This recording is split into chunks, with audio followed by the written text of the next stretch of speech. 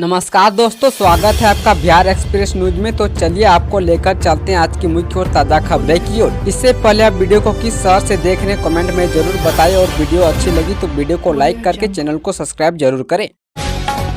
बिहार सरकार के कार्यालय में शराब पार्टी। बिहार में पूर्ण शराबबंदी है, इसके बावजूद बिहार के एक सदर अस्पताल की जिला स्वास्थ्य समिति में एक अधिकारी को पुलिस ने शराब पार्टी करते हुए रंगे हाथ गिरफ्तार किया है। मामला गोपालगंज जिले का है, जहां पुलिस ने जिला मूल्यांकन एवं अनुश्रवण पदाधिकारी को सरकारी ऑफिस में शराब की पार्टी करते हुए रंगे हाथ गिरफ्तार किया है। गिरफ्तार जिला मूल्यांकन एवं अनुश्रवण पदाधिकारी की पहचान अनुराग जीतन के रूप में की गई है। इस घटना के बाद सदर अस्पताल में हड़कंप मच गया है।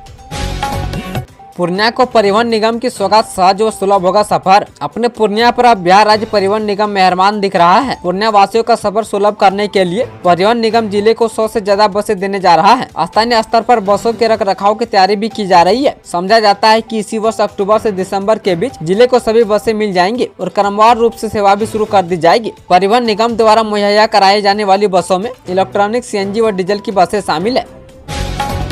गुणवत्ता की अनदेखी का आरोप लगा ग्रामीणों ने रोका सड़क निर्माण कार्य। बीकोठी प्रखंड के औरलाहा कामत टोला में मुख्यमंत्री ग्राम सड़क योजना के तहत सड़क निर्माण कार्य में गुणवत्ता की अनदेखी का आरोप लगाते हुए स्थानीय ग्रामीणों ने इसका विरोध करते हुए काम को रुकवा दिया। ग्रामीणों का आरोप है कि किलोमीटर लंबी सड़क के निर्माण कार्य की शुरुआत जून 2020 में की गई, लेकिन आधा अधूरा कार्य करके इसे 4 वर्षों तक छोड़ दिया गया। इस दौरान पूरे टोले के लोग आगमन को लेकर परेशान रहे। पुनः जुलाई 2024 में पीसीसी सड़क निर्माण का कार्य शुरू कराया गया। हालांकि ग्रामीणों ने घटिया सामग्री इस्तेमाल किए जाने का आरोप लगाया है।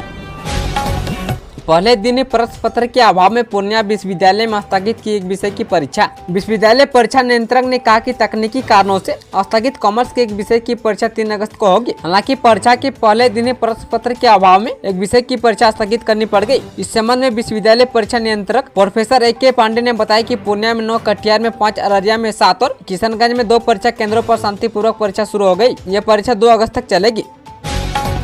सुल्तानगंज में विश्व प्रसिद्ध श्रावणी मेले का हुआ उद्घाटन। सुल्तानगंज आने वाले कांवरियों के लिए गंगा घाट से कृष्णगढ़ मोड़ तक गंगा घाट के किनारे किनारे बिना शहर में प्रवेश किए नया रोड बनाया जाएगा। यह बात राज्य के डिप्टी सीएम सम्राट चौधरी ने कही है। विश्व प्रसिद्ध श्रावणी मेला के उद्घाटन के बाद उन्होंने कहा कि सरकार कांवरियों की सुख सुविधा को लेकर चिंतित है। बुजुर्गों को कांवरियों के लिए नया रोड बनाने का निर्देश दिया है। डिप्टी सीएम सम्राट चौधरी ने कहा कि सुल्तानगंज से देवघर 2 लेन को 4 लेन किया जाएगा। विकसित बिहार बनाने को लेकर पीएम नरेंद्र मोदी और मुख्यमंत्री नीतीश कुमार लगे हुए हैं। काशी की तरह विष्णुपद और महाबोधि कॉरिडोर का होगा निर्माण। केंद्र की मोदी सरकार ने वित्तीय बजट में मंगलवार को बिहार में बाढ़ नियंत्रण और पर्यटन विकास के लिए बड़ी घोषणा की है। वित्त मंत्री निर्मला सीतारमण ने कहा कि बिहार को हर वर्ष बाढ़ की परेशानी झेलनी पड़ती है और नेपाल से आने वाले पानी के कारण बिहार को व्यापक स्तर पर बाढ़ से नुकसान होता है। कोसी नदी से आने वाली बाढ़ को रोकने के लिए विशेष वित्तीय मदद बिहार को मिलेगी। इसी तरह से असम में ब्रह्मपुत्र से होने वाले बाढ़ के नुकसान को रोकने के लिए केंद्र सरकार मदद करेगी। बजट में बिहार की बाहर एक्सप्रेसवे व पावर प्लांट और कॉरिडोर समेत कई ऐलान। मोदी सरकार के तीसरे कार्यकाल के पहले बजट में बिहार को कई सौगात मिली है। इनमें 26,000 करोड़ रुपए की 3 एक्सप्रेसवे व 21,000 करोड़ रुपए का 2400 मेगावाट का एक पावर प्लांट और मेडिकल कॉलेज और कई एयरपोर्ट शामिल है। वित्त मंत्री निर्मला सीतारमण ने बजट में बिहार को वित्तीय मदद देने की घोषणा की है। वित्त मंत्री ने कहा कि बिहार के गया में औद्योगिक विकास को बढ़ावा देंगे। बिहार को विशेष राज्य का दर्जा देने की मांग खारिज। बिहार को विशेष राज्य का दर्जा देने की मांग केंद्र सरकार ने खारिज कर दी है। जदयू सांसद रामप्रीत मंडल ने लोकसभा में पूछा था कि क्या केंद्र सरकार के पास बिहार को विशेष राज्य देने की कोई योजना है। जवाब में केंद्रीय वित्त राज्य मंत्री पंकज चौधरी ने कहा कि राष्ट्रीय विकास परिषद के पैमानों के मुताबिक बिहार को विशेष राज्य का दर्जा देना संभव नहीं है।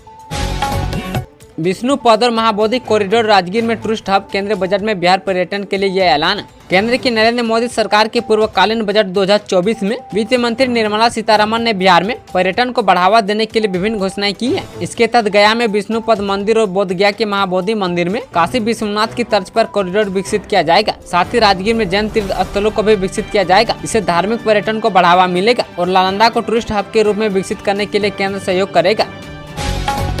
बीमारियों की ऑनलाइन रिपोर्टिंग के लिए आशा वर्कर को मिले 22 करोड़ के स्मार्टफोन। बिहार सरकार ने 22 करोड़ रुपए खर्च करके 90,000 आशा कार्यकर्ताओं को स्मार्टफोन दिए थे, ताकि इन स्मार्टफोन की मदद से बीमारी की ऑनलाइन रिपोर्टिंग कर सके। मगर बिहार राज्य आशा संघ के प्रदेश महासचिव कौशल वर्मा ने जानकारी दी है कि राज्य में आशा कार्यकर्ताओं को दिए गए स्मार्टफोन में से लगभग 25% काम नहीं कर रहे हैं। इससे प्रदेश भर में बीमारियों की रिपोर्टिंग का काम प्रभावित हो रहा है और आशा फोन को रिचार्ज के लिए प्रति माह 200 रुपए दिए जाते हैं, ताकि काम में समस्या न हो। बिहार को विशेष दर्जा नहीं मिलने पर विधानसभा में हंगामा। केंद्र सरकार द्वारा बिहार को विशेष राज्य का दर्जा देने से इनकार करने के बाद विपक्ष ने एनडीए सरकार के खिलाफ विधानसभा में मंगलवार को प्रदर्शन किया। राष्ट्रीय जनता दल और कांग्रेस के नेता झुनझुना लेकर विधानसभा पहुंचे। विधानसभा परिसर में विपक्षी विधायकों ने केंद्र और बिहार सरकार के खिलाफ जमकर नारेबाजी की। इसके बाद जैसे ही सदन की कार्रवाई शुरू हुई, विपक्ष ने हंगामा शुरू कर दिया। बिहार के इन 10 शहरों से हवाई सेवा जल्द होगी शुरू। बिहार के 10 शहरों में जल्द हवाई सेवा शुरू होने वाली है। छोटे विमानों के लिए उड़ान 5.2 योजना के तहत राज्य के 10 छोटे शहरों को विमान सेवा मार्ग से जोड़ने के लिए बोलियां प्राप्त हो गई है। इनमें बीरपुर, सहरसा, भागलपुर, मुंगेर, मुजफ्फरपुर, वाल्मीकि नगर, मोतिहारी, रक्सौल, मधुबनी और छपरा को शामिल किया गया है। अब इन शहरों में एयरपोर्ट के विकास पर काम होगा और उसके बाद हवाई सेवा की शुरुआत होगी। शुरुआत में इन शहरों से 20 मीटर से कम क्षमता वाली फ्लाइट उड़ाने की योजना है। बिहार में ध्वस्त हुए 6 पुलों का निर्माण शुरू, ठेकेदारों से वसूली जाएगी रकम। बिहार में बीते 1 महीने के भीतर पुलों के ढहने के मामले में नीतीश सरकार ने सख्त रूप अपनाया है। बीते 3 से 4 जुलाई को सिवान और सारण में गंडक-छाड़ी नदी पर 6 पुल बह गई थी, जिनका निर्माण कार्य शुरू हो गया है और पुलों के निर्माण में आने वाली लागत संबंधित ठेकेदारों से वसूली जाएगी। जल संसाधन विभाग ने ध्वस्त पुलों के निर्माण का जिम्मा पुल निर्माण निगम को सौंपा है। इन पुलों पर लगभग 24 करोड़ रुपए खर्च होंगे। खर्च होने वाली रकम संबंधित संवेदक से वसूली जाएगी। शिक्षा विभाग के फरमान से मची खलबली। राज्य में शिक्षा का अधिकार कानून के तहत बिना रजिस्ट्रेशन के चल रहे 24,000 निजी विद्यालय पर शिक्षा विभाग की कार्रवाई का सकारात्मक असर दिखने लगा। 3 दिनों के अंदर इनमें से 8,000 निजी विद्यालयों ने रजिस्ट्रेशन कराने के लिए शिक्षा विभाग में ऑनलाइन आवेदन किया है। आवेदन करने वाले विद्यालयों ने अपने अपने विवरणी को भी शिक्षा विभाग के पोर्टल पर अपलोड करते हुए सूचनाएं दी है। इस संबंध में जानकारी देते हुए प्राथमिक शिक्षा निदेशक मिथिलेश मिश्र ने सोमवार को बताया कि आवेदन करने वाले निजी विद्यालयों को रजिस्ट्रेशन देने की प्रक्रिया सत्यापन के उपरांत शीघ्र पूरी की जाएगी। सासाराम में शराब के ठिकाने पर छापेमारी करने गई उत्पाद विभाग की पुलिस पर हमला।